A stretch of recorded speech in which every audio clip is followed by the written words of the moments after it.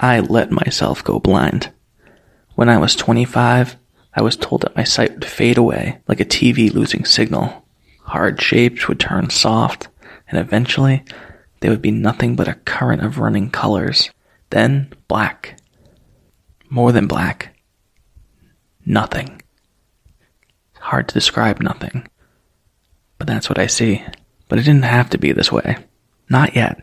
If I was diligent with my medication, if I followed the set schedule and paid attention to the signs that my body was giving me, it could have been decades before I lost my sight. I could lead a full, happy life if I chose. That was 7 years ago. I never took a pill or went to an appointment. I never tried to save my eyes, and I was glad to have them rot. The food deliveries come weekly. Everything I need is brought right to my door, and the things I don't are taken care of without my having to step a foot in the hallway or even take my trash to the garbage chute. The world beyond my door is unknown. In my apartment, I know every inch of the floor, every corner, every bureau and coffee table. I can move around without a walking stick. I can even jog if my phone is ringing in a distant room. I have no fear of getting hurt like I did in the early days of my disability. I live here on my own. I am safe. I am content. When I do speak to people, on the rare occasion where I must, they always ask, what happened? But I can't tell them it was preventable. They wouldn't understand. I woke in the middle of the night. I had been in a deep sleep when I woke. I wasn't tired or groggy, but my heart was pushing against my chest in heavy thuds, like it was trying to break through the bones that kept it safe. I didn't remember having any bad dreams. Why was I so scared? Or was I? My body behaved as if I was terrified, but my mind had no way to place it. I lay there and hoped I would eventually be able to calm down.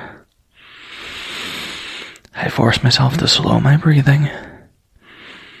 I gripped the sheets under my grimy palms. It worked. The chills in my back warmed. My anxiety dripped from me in thick waves of sweat staining the mattress beneath me. Now that I could feel my body calm down, I felt something else. Something mundane. I had to pee. I smiled. A thought like that can only occur to somebody who's not in danger. It had all been in my head, some forgotten dream. So I hurried to the bathroom.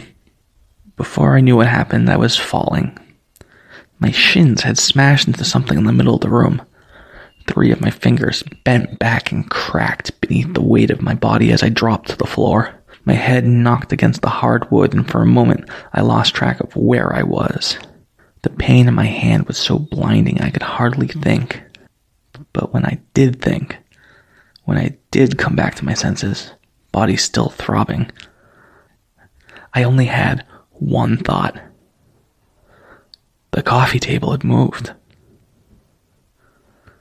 I didn't want to believe this. I didn't want to remember. But I knew. There was no mystery here. I knew who had done this. In a way, I'd been waiting for this day for a long time. I had been waiting for her. I picked myself up. The broken fingers cradled like a bloody claw in my hand, and limped crooked to the bathroom, careful not to run into anything else along the way. The apartment was foreign to me now. This was no longer a home. It was a foxhole. I locked the door and ran the cold water, letting it numb my hand. For a moment, the relief was so great, I almost forgot to be afraid. When that moment passed, I realized I hadn't checked the bathroom to make sure I was alone. I listened. She was here. I could hear the shower curtain blowing forward and easing back like a flag pushed by a chilled breeze. My heart locked like the first time I saw her. It was the clearest memory I had of my life before losing my sight. I was a child. My sister and I had been playing a game in the living room during a storm, which caused a blackout. Without TV, games were all we had to keep ourselves entertained. When we had finished all the regulars, ending with Battleship, it was time to go over something more substantial. We decided on finally finishing a full game of Monopoly, which meant I would have to go to the basement. I remember the sound of thunder, like some creature roaring in the dark. I could even smell the rain, but the storm didn't scare me. I wasn't afraid of anything at that age, not even the basement. The light was very bright since my father had replaced the single bulb with a set of fluorescent tubes. The stairs, which had once been rotting wood, were now metal steps, and the silver surface caught the white lights in such a way to make you feel like you were going down into a spaceship. The floor was cement, newly finished and bright gray. There was nothing to be afraid of. I moved to the shelf where the game sat and ran my fingers along the boxes until I found Monopoly. She was already there, sitting against the wall, holding her knees, her face buried between them. At first I wasn't afraid because I didn't understand. She wore a white dress, though the bottoms were caked in mud. I opened my mouth to speak. She lifted up her eyes to meet mine. They were full of tears and mourning. But when she saw me, she blinked the sadness away, and all that was left was hate. She stood. I ran up the stairs, screaming for my mom. When I told her what I'd seen, she took me by the hand and led me back down the stairs, pulling me by the wrist, nearly popping my shoulder out of the socket. With each step we took, the air in my lungs was taken from me as if we were going underwater, as if my mother was trying to drown me. She tried to explain. She knew there was no one here. She had already come down to the basement. She already checked every inch of it. It was empty, she told me. But I wouldn't let it go.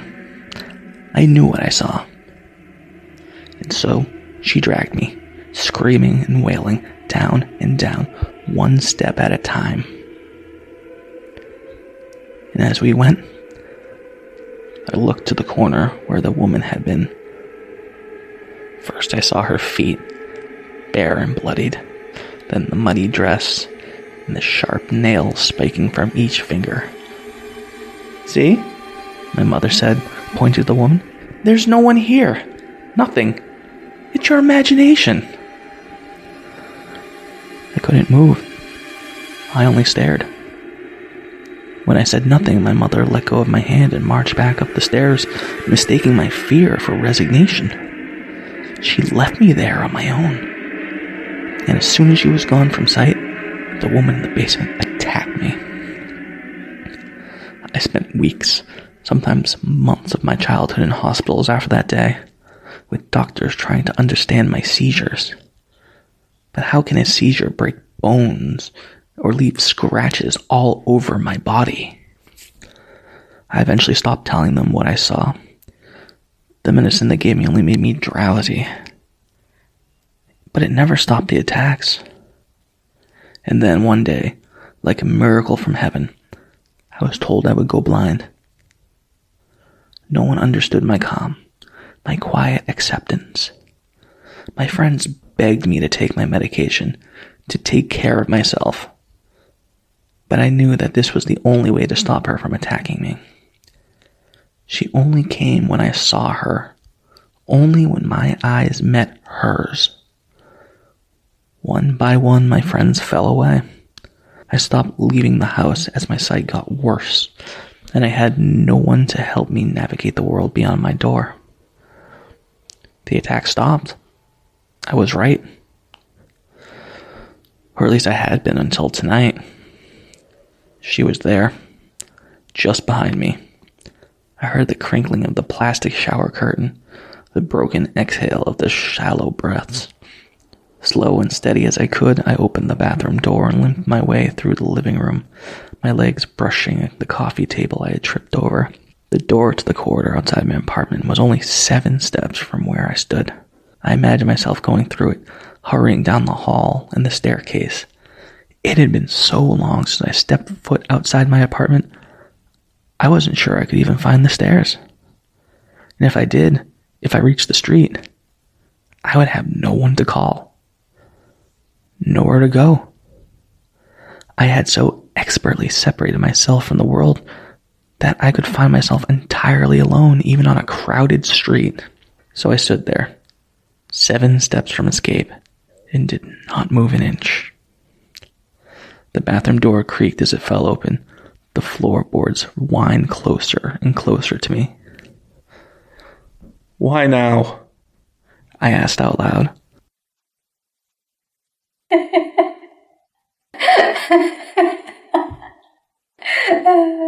In that moment, I understood. This had been her plan. All my life, I had been with people, from my parents to doctors, teachers, friends. I had never been alone. Not until I moved and let my sight fade. She had been waiting all these years while I cultivated a life of solitude, as if waiting for a fruit to ripen. She had been waiting for the moment when, even if I could run, I didn't have the knowledge or means to escape her. And even if I did, I had no one to call, no place to go.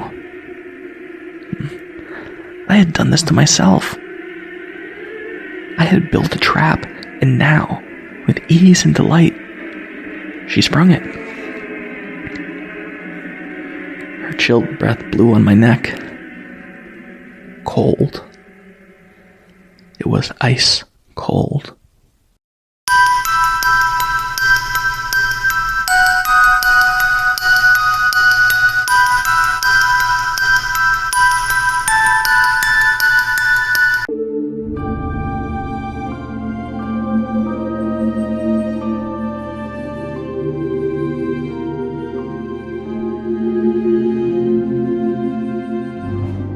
There is a Japanese urban legend called the Cowhead Story. The name might sound kind of strange or even funny, but the urban legend has a very sinister background story. The most sinister thing about the story is that the story is so scary and so haunted that no one can ever tell it without dying.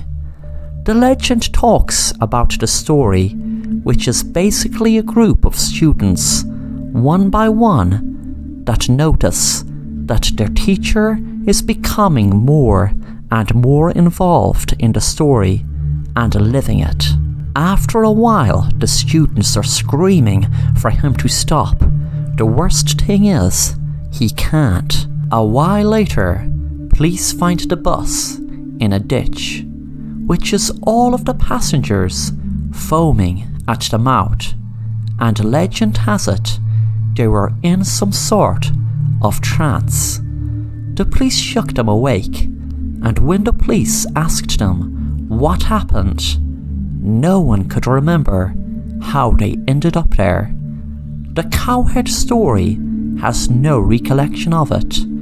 Some theories might pop up every so often, but maybe there are no solid conclusions because of the one thing that might stop people from telling the story, and that is the story is so scary and so haunted that no one can ever tell it without dying. I didn't want to say this, and I'm not using my face just in case I might get haunted by whatever legend it is. But when I first told the story of it, there was some weird kind of old video popped up when I was animating it as if mocking me.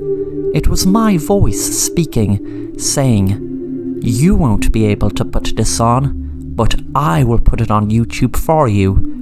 I was wondering what it is, and what it was. It kind of creeped me out. It was almost as if it happened because I was telling you the story. I felt like, and I still feel like, even after me deleting it, that I am haunted now. What?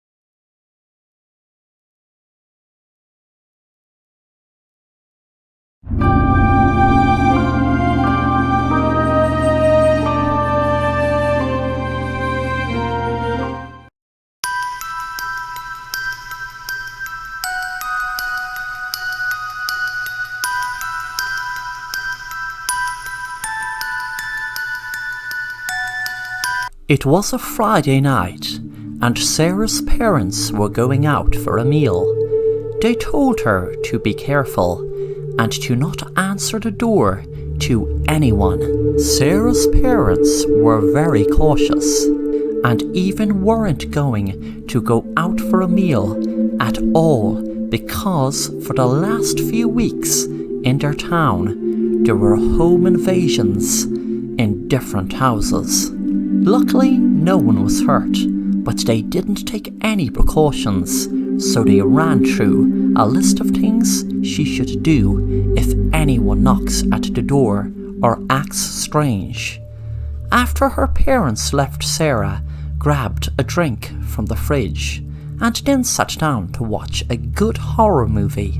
She wasn't worried about any caller to the door, and she knew it was locked and she could call 911 if anything did happen. But her brave attitude changed fast when her phone rang and there was a creepy voice on the other side.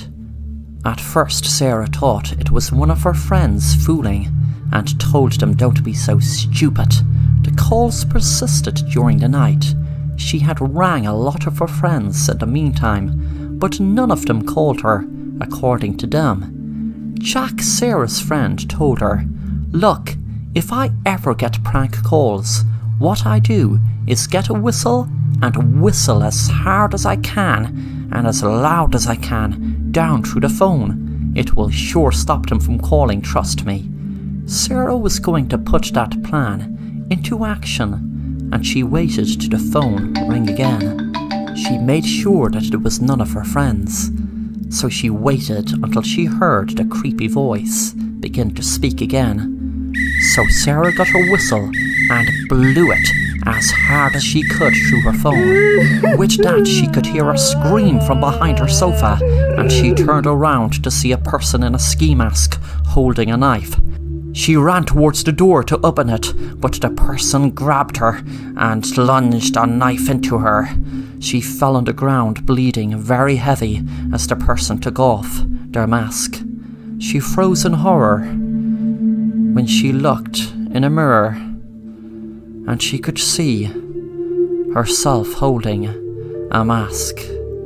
Then she snapped out of her dream. She had lost time again. She wondered what had happened. Her doctor told her when she has blackouts, she imagines things. Her doctor said she has to take her medication because during her blackouts, she could hurt herself or others.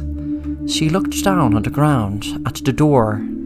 Her parents lay in a pool of blood, and there was a knife in her hand. Sarah began to cry, knowing she had just killed her mom and dad.